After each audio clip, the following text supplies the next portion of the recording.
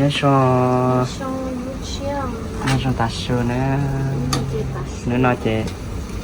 cô là chọn bác hoa sửa đó bé sai rồi sao thì ngay bùa lọ nên là sẽ thế này là chị thì bác hoa lọ sửa bên nó đã bên non đấy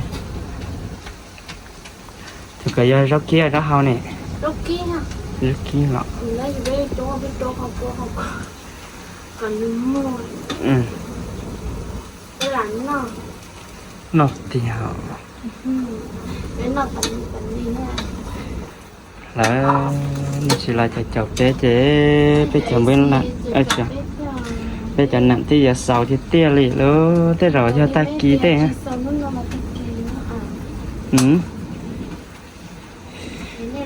bé theo giờ là một triệu ta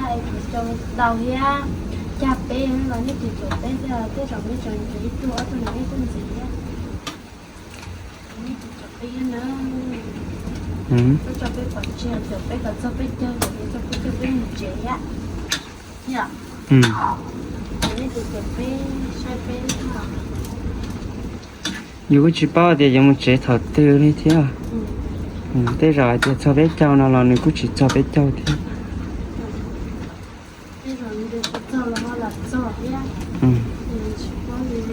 chỉ bao thì thế thời giờ thì cho bé cháu nào là nản họ sau chỉ tao cho bé cháu thì cũng một chuyện đấy thế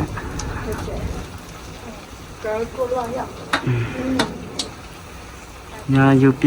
bí nản xe nản che nè mà cô con thấy thay nhà nản xin che thì thế rồi có sự sai sao thế cô nhớ cỡ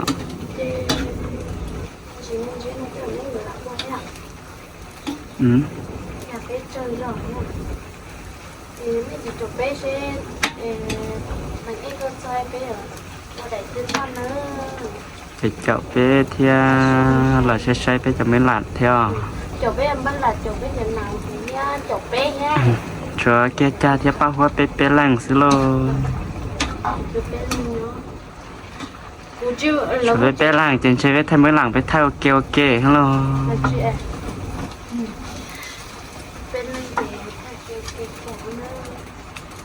em là một chế tả chứ nó cũng một cái kiểu cứ một đôi chăng rồi nó cũng nó để ra thì xì à thế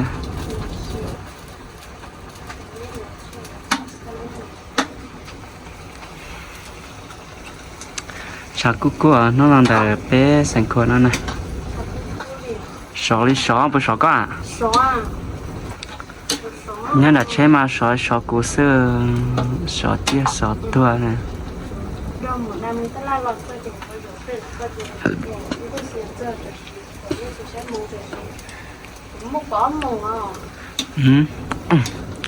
cô sợ tôngคนจันทร์ที่อยู่ปูใช่ไหมcô sợ tông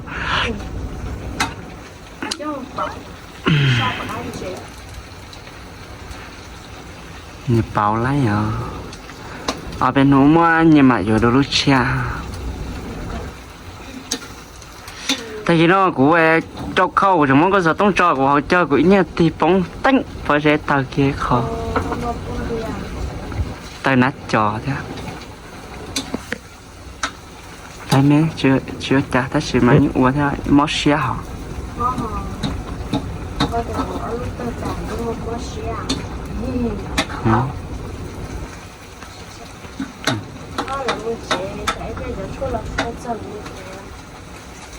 thế giờ sẽ cái sinh chỉ tao sao là bao nó sinh tới thì năm mò đi số này bây giờ là giờ năm mò cái nó sinh cái lô của tiền đó là này cái sinh chỉ tao sắm pin lo nó nằm mà sao lo nó ta chỉ mà ta tự bỏ hiện giờ những cái sinh chỉ tao sao là họ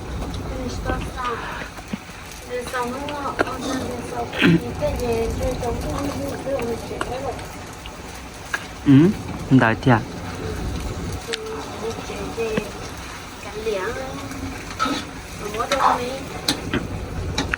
cho thả để tay lọ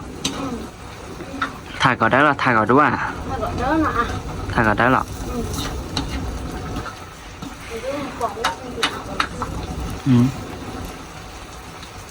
ta có chỉ lấy ngó sang tụi lê nó sang bé mà sẽ lên để lọ với ship bóng đến để lọ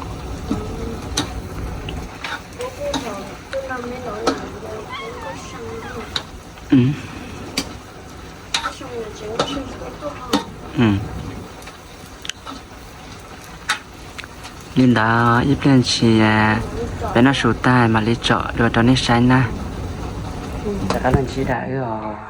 lần chỉ đổ rồi đó nó sụt tai thì ba hoa họ chỉ còn thế ba hoa là một thay nằm bề thì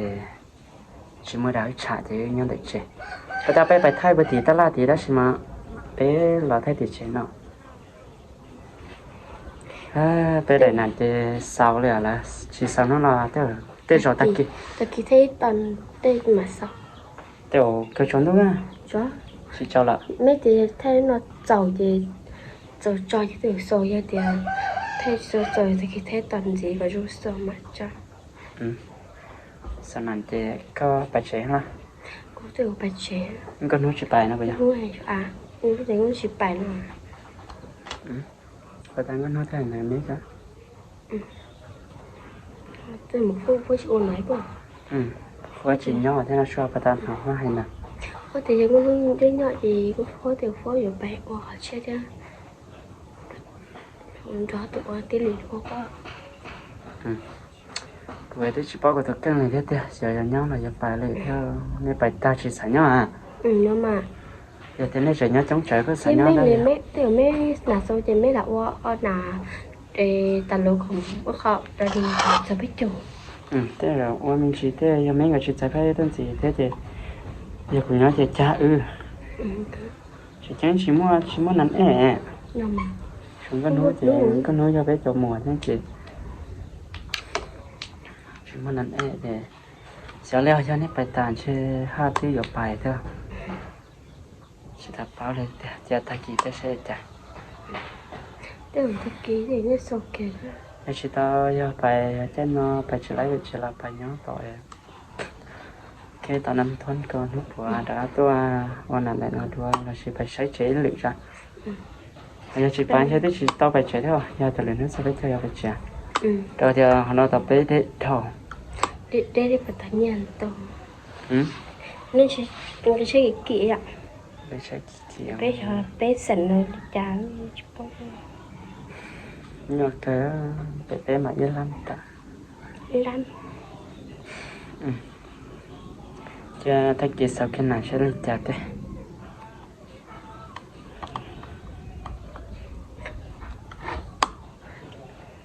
chỗ mà trái á em cứ uốn đạn này á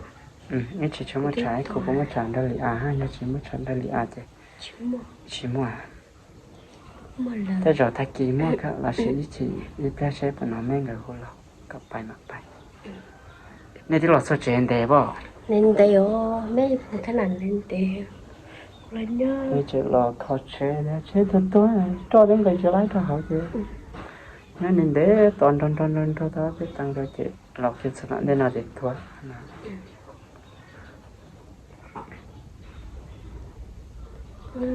nhiều ta có chơi ạ thì cái xếp lao là thì tiêu thì bài xếp lao rồi bài chuyện chết sao cái nó đại tiếp to chuyện nhớ là thì chỉ tập bao đi để bài cái xếp lao chứ bài cái xếp lao là bài cái xếp lao luôn chứ là cái gì lo này cho nên cái gì lo này thì bài cái xếp lao liên tục thì tôi cho lì béo lì bỏ chó béo lì bé linh đó hả bé linh đó có tôi béo lì ạ bé linh đó nhỉ dạ cái cho nó ta kỳ thì tôi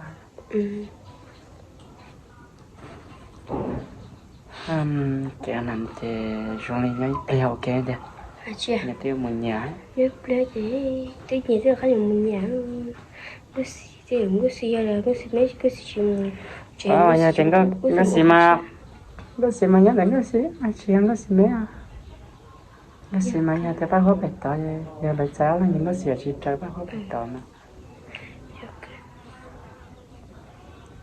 anh mình coi những bài kia khá là bài có người mạnh nhau Như là nho. Nó cứ lấy bà tay nó là cho quán đó rồi. À, cho thử lời của lời bỏ cho các ta cũng ta đó. Bỏ cho có nhiều anh ta. Thằng này lọ bị lọ. Trong vai chỉ cài lọ cài. À, bỏ nó thích cỡ sửa như là không thứ ló. Xong sợ bạn chế nhụ thiệt nó ló quá. Chó. Dạ. Có sĩ tón nó điều tón á. Chân là không thứ lọ à. Xe chân này. Sẽ phải dân gà khó lắc cá này tên. Có sĩ mang chỉ mua chân gà lọ á. Đây rồi chỉ mua. Có xe này tên là nạn nhớ sao thì tiền này mà. Chị là... Từ từ là tụi khó xe. Khó xe đó. Cái tiểu này có chỉ cho khó xe bồ. Cô. Đây cho mua. Khó xe. Cho mua nào. Nạn sau kia thì... Nhưng chú nạn thì chỉ bảo quá chuyện này nữa. Chú nạn thì chỉ bảo nhắc sẵn khuẩn lắm này. Mình đây không để cho nhớ. Thôi này chỉ có leo tên kìa. Có bài nào chế không thế cho lọ? Bài nào chế bộ bài hông lửa? Bài chế bộ bài hông lửa. Bài chế báo lửa lo bài nào chế nước bò đó thôi nằm bề sáng lắm. Chứ. Cũng mà nhà chế ra này mà có thứ bài chế chế. Đây Nè giờ đây là đây chỉ một đây à? Đây là chỉ một món đấy. Đây mà đây có. Đây chỉ bao giờ nhiều quá chứ lấy thế chứ nào?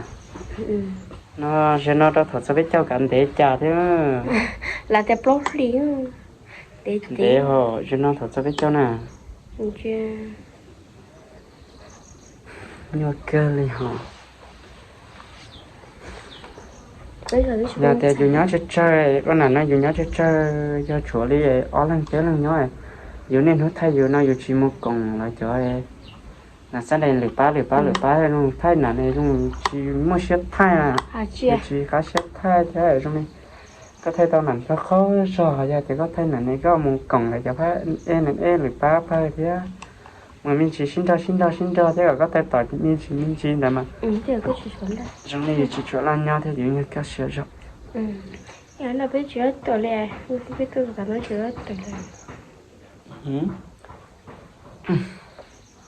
theo cái chuyện tại muốn lời khó lên là chỉ muốn chỉ báo lại cho phải nè là chỉ báo dù lên thế nhưng mà dù có báo lại chỉ là báo dù nhưng mà báo lại đó chỉ là chỉ báo dù cái giờ thì dù trình độ thế cái trình độ dù về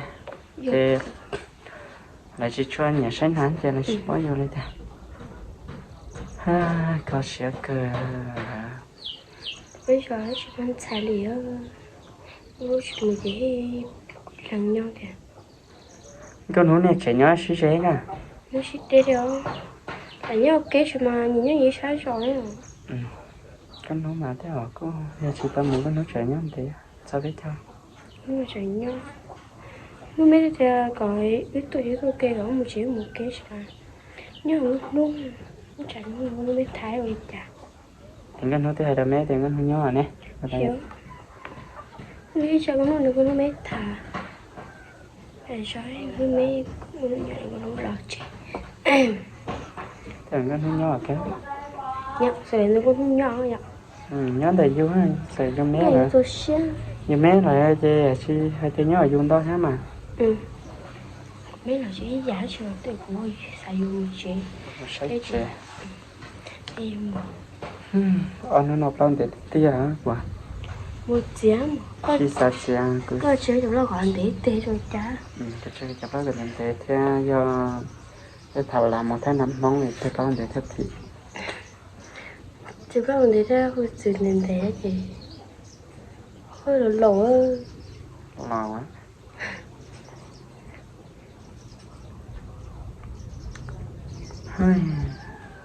mấy cái này để cửa cái thằng này lên đây hả giờ sau này nó sẽ cho lúc các bạn trẻ bỏ như số đó này thật kỳ tệ cho sport này cái cô bà giỏi chỉ là nó ít thôi là bây giờ bạn trẻ một chị thế là nhà bạn trẻ anh nhìn phải chỉ cái nhiều mưa cái khủng đó là này nuôi ạ anh một chế nó đi nó ta thì nhiều mà mình nhiều à chưa chứ người thì nhà mình nhảy nó nhiều muốn sẽ khó sẽ hàng thế là nào chứ tôi mua khó sẽ đua là nhớ họ mấy bác nó tới chỉ muốn làm một chế ạ một củ này chỉ mà chơi để mình chịu nản nó ok là một trẻ nó cả thế chỉ chúng mà chơi vào nản theo chứ mà cứ này yêu nó mình đấy chúng nó qua nó sẽ ôi mà chúng chỉ dạy mình ấy tệ nè thì sẽ là cái tệ thì có một chèo từ có đi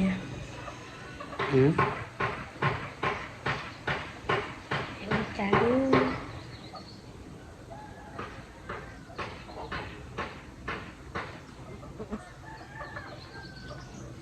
sao cô chứฉันดูกูนวลนะตาลีนี่ของฉันพูดตัวอ้อนไม่ไปนู่นนะ อย่าพออ้อนนู่นเนาะ ไปจะเล่นอะไรเด็กไม่ยัดตา อ้อนนู่นเนาะได้ตั้งทีตากะ เล่นเร่ง ก็สิเรียกสิจงซัว ไม่ใช่ช่วงเล่นไม่ยัดอะไรนี่ หน้าอาตา nhà ta đấy người đã đà chín chua chúng con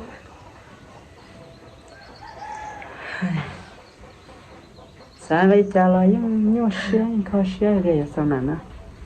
gia đình là chỉ ta sao sẽ đây chỉ nhớ cái chỗ mà trong này có chịu chổi luôn thế đó ta trong này là nhớ sao nó nhà mình nhà mà nên khó xương cơ rồi ạ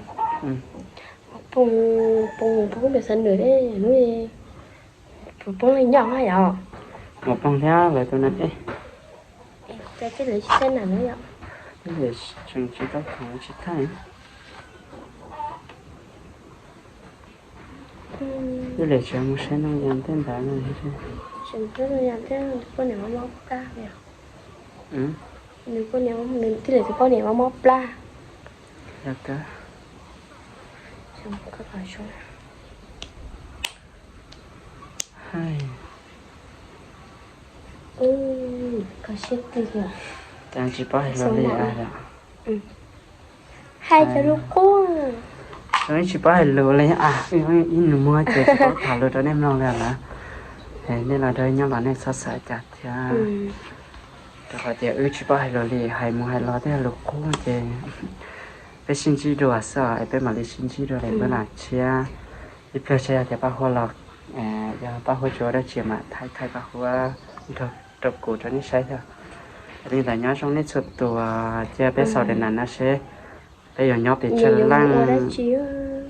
ย่างย้อนไปเชิญล่างหายหมูไปเชิญล่างเจ้าชิเป้าเลยแต่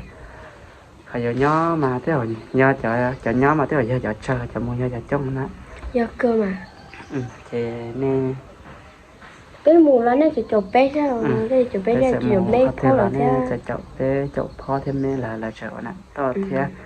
cũng mà thế ở cô không mua thế còn chỉ muốn chỉ cho thôi cô chỉ tao bảo trắng hay chè chân hút sau cái nào sẽ lấy trả cho là mua ta thì cho chơi thì trong này dùng chỉ sáng nhỏ thế à thế giờ thì chỉ bảo lì thôi cho nên đó bé mà lấy xin chỉ đùa để mới làm chơi nè ở trên này sốt tủa chẳng là để chậu bé thế để chậu thế để chậu ba khoa thế để chậu bé sau này sốt tủa bé mà lấy xin chỉ đùa cho thằng cái này sẽ là nó cái nhau trong sờ đùa